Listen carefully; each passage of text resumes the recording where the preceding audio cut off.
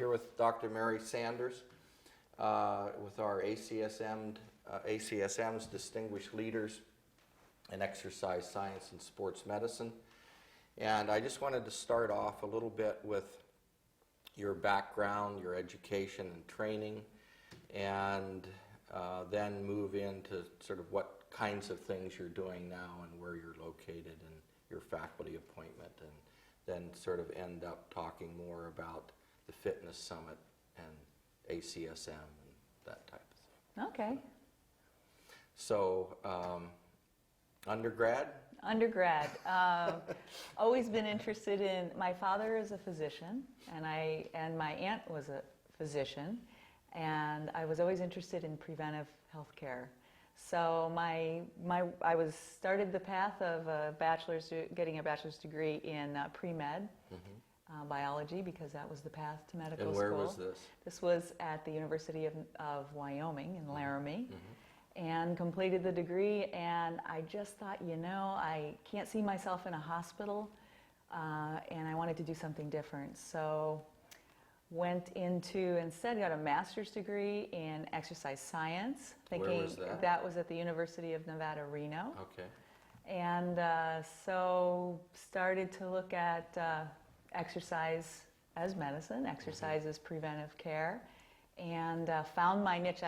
I was a varsity swimmer at the University of Wyoming. Oh, neat. So I thought, water is such a forgiving environment. And I thought there were so many people that couldn't exercise on the land, or perhaps had limitations that prevented them from exercising on land. So why can't we create water and a water exercise program or water exercise that's more functional? So that kind of became my area of research. What time was that? What time period? I started, let's see, so I get to date myself. Oh, great. Unfortunately, that's what history's all about. Oh, you historians. Darn it, those facts. I graduated in 1979 from Laramie, and I went to graduate school in 1991. I actually was did Larry some. Golding there then? I was in Reno, so we're north, and he's in Las Vegas. Okay. Yeah. Okay. And we are different. Yeah. We have mountains, they have casinos. I know. I'm okay? from Washington. We have Washington State and University of Washington. Yeah. We're blue, they're red. Okay. But so early 90s, you're thinking of water fitness, basically. Right. Okay. And so I started really finding it as my passion. And I made my goal at that point. I said, I want to teach the world how to use water effectively for health. I want to be able to use the properties of water to squeeze out training for health, not just go swimming and not just splash around, but really find the purpose for keeping people healthy and well. And that was in 90, and so I pursued that throughout my master's program, and my thesis at that time was a training study on women, average age about 45, and I did a training study and tested my methods and looked good. So I thought, all right, this is great. Now I can take a little time off and take a breather, because school's tough. And I was working during that time also. And the day I graduated, I got a call from Speedo, and they said, would you come to our international convention in London? Because we want to start promoting water exercise. This is just when you finish your master's. Exactly. So that was pretty neat. Yeah, it was. I never did get to take that breath of relaxation, but I dove right into the. No pun intended. Yes, no pun intended. But I dove right in with Speedo and presented at their conference, and they said, "This is great. Do you have data to support it?" I said, "Yes. Here's my paper." They said, "All right, we have." About 100 distributors, and we'd like you to develop a program for Speedo International that you can then teach the world. So you're working for Speedo now? Right. No, I was then. Speedo International. I don't mean now. I meant yes, then at that point. Yes. Sure. It's history and language.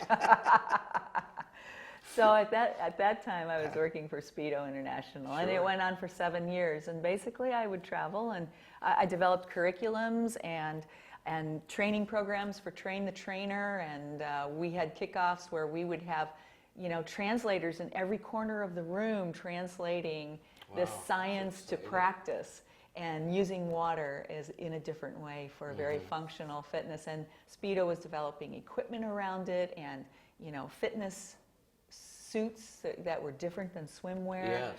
Yeah. and then promoting it as part of their brand. Did you ever team up with anyone in physical therapy, or Absolutely. I would think this would be something that would be just made. Well, to join up somehow. exactly. Along the way, I work with integrated, the multidisciplinary approach. I love teams. I like working with teams because I love to learn. And so I teamed up with some physical therapists along the way who became consults, advisors, teachers, and my associates along the way.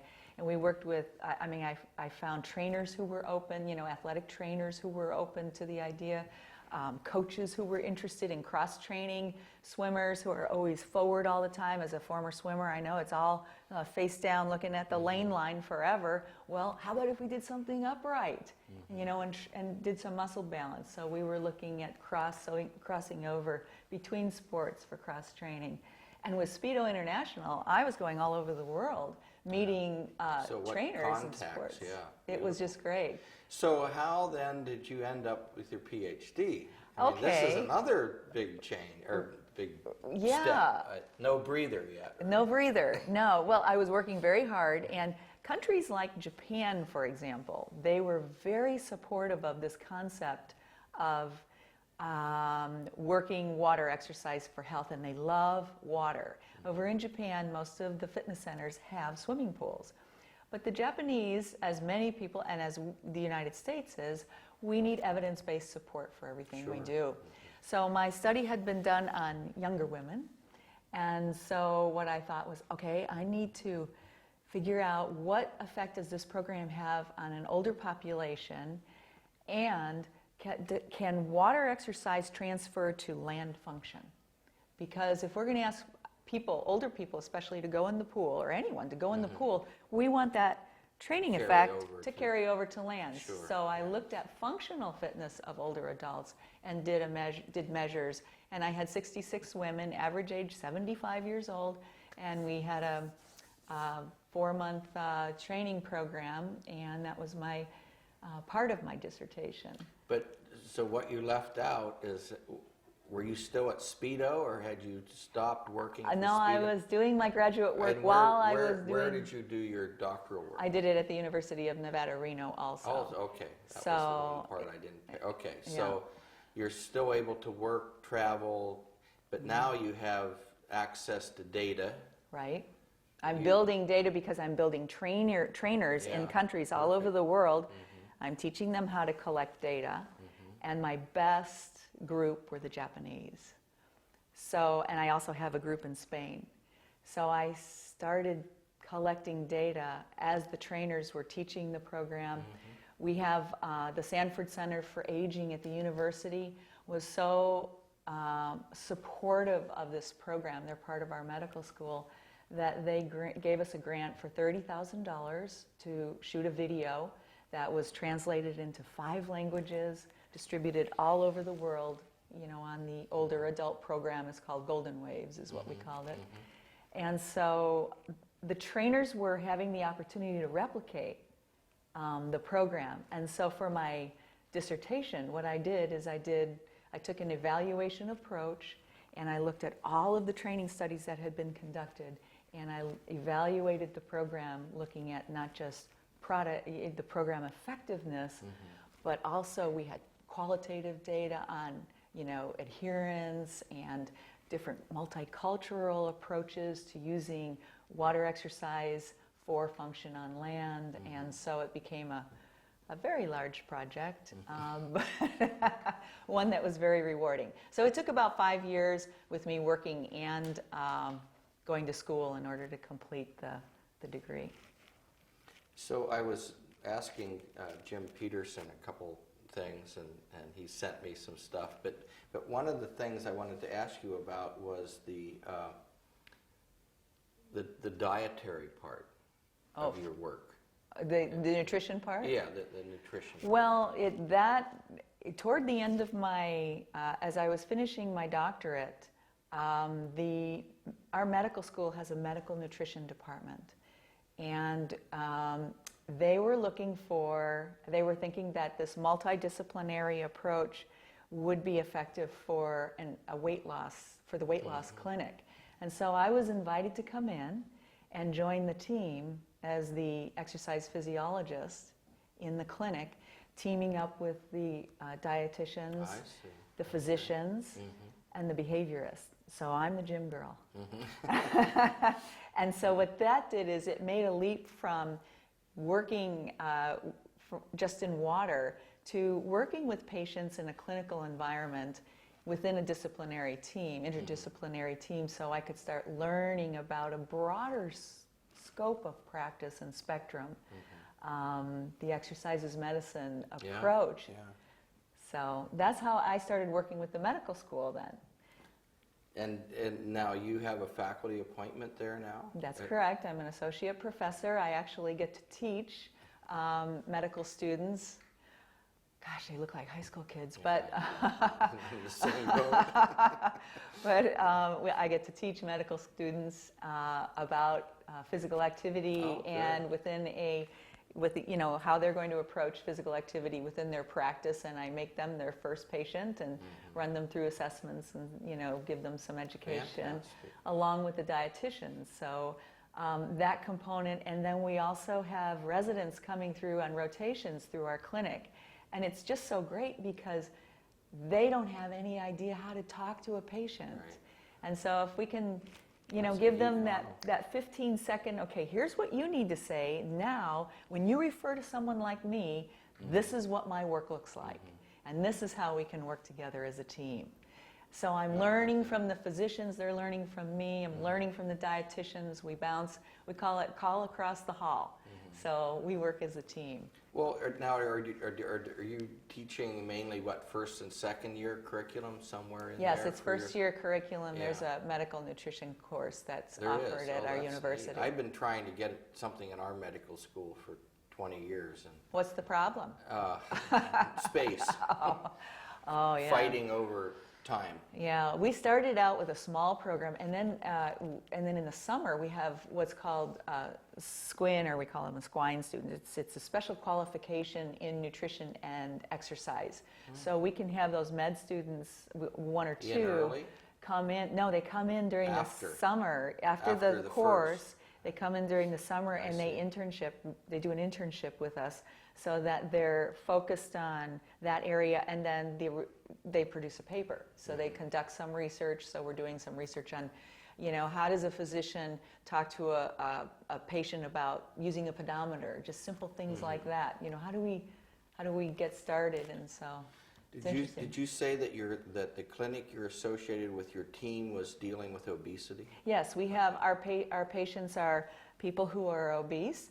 We have referrals from the surgeons, the bariatric surgeons, so we have pre-bariatric patients, and then we have cardiac wellness patients coming into our program who are mostly the faculty, which is another reason why I needed a Ph.D. because no faculty is going to pay attention to you can't say the swimmer. Yeah, exactly. You should go run in the pool. Oh yeah, right. Right.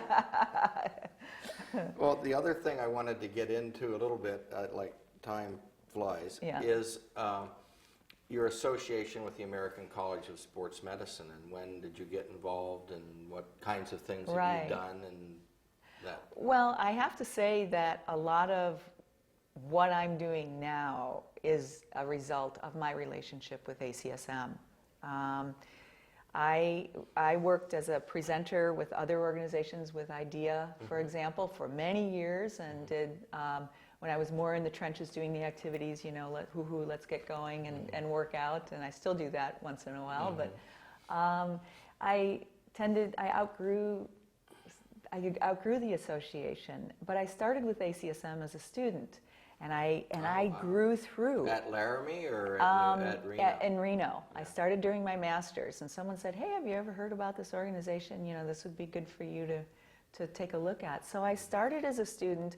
I used the publications for much of my research, and started going to national meetings where I was completely overwhelmed with, you know, these incredible researchers. I mean, I would sit in the back of the room and watch all the blue slides go up for Right, hours. they were all blue. Yeah, they were all blue.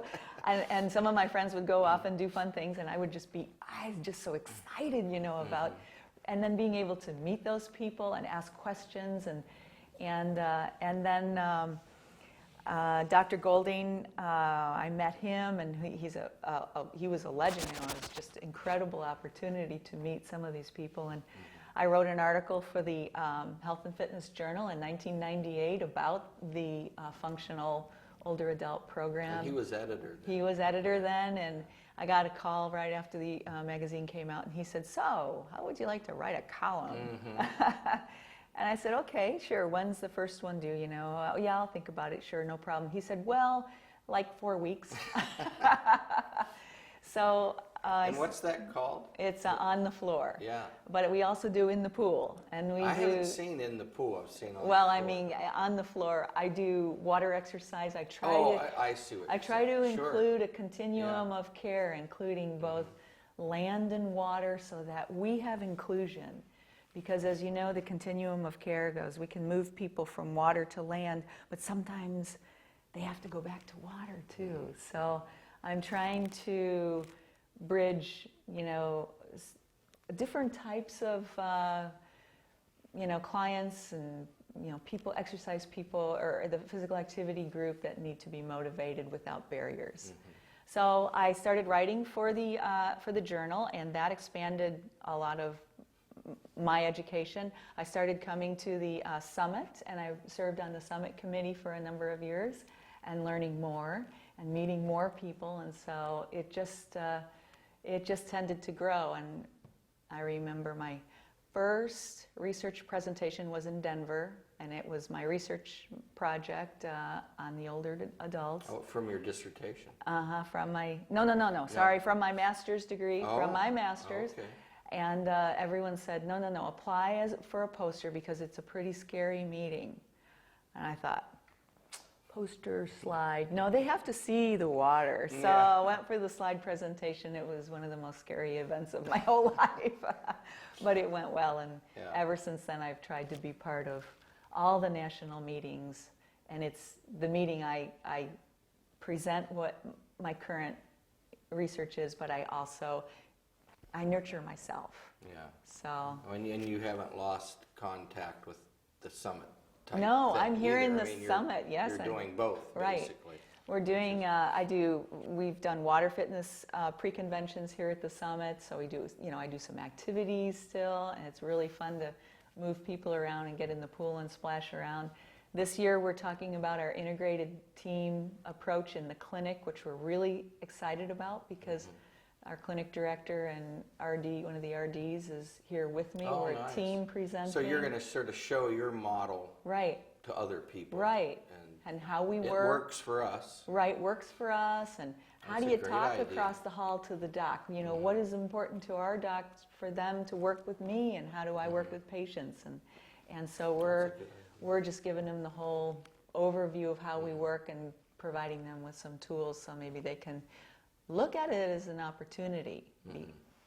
Well, how about, you must have done books too. Yes. Videos. Yes. I wrote a book. I wrote a program. It started as a distance learning program way back in the 80s with a video and a course book.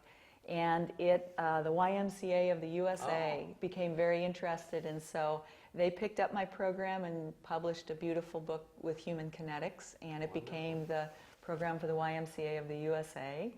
And Larry was associated with the Y. Absolutely. Larry and I would be, bumping elbows on the road and working with the Y. And wow, that was a big move too. Yes, it was, and it was great because the Ys not only extend from the the U.S., here in the U.S., but it goes across borders. So Sure. I'm in Taiwan. I'm teaching at the Y's in Taiwan. I used to go to the Y's in Japan. You've done a lot of traveling. Yes. And I love it. You know, everyone becomes your families. You watch your trainers go through school, and I'm inspiring. One of my trainers is now, she was my student in Taiwan about 5 years ago, and she's now my graduate student, and she'll be graduating with her MPH degree in a few months. Nice. So. And how about videos, probably? Yes, many. I produced about 6 videos that are out there in different languages, and Healthy Learning and I are working on a project to release some DVDs with some of the new material, some of the water exercises for medicine or is medicine, and some of the new ideas and approaches for training. So you're going to be a part of another DVD series. That's with right. Healthy Learning. Not just with you. All right. So we have plans to push those cameras underwater. All right. Perfect timing. Thank you so much. Okay, thank you so much. It was great. I Dr. appreciate Berrien. it very much. Okay.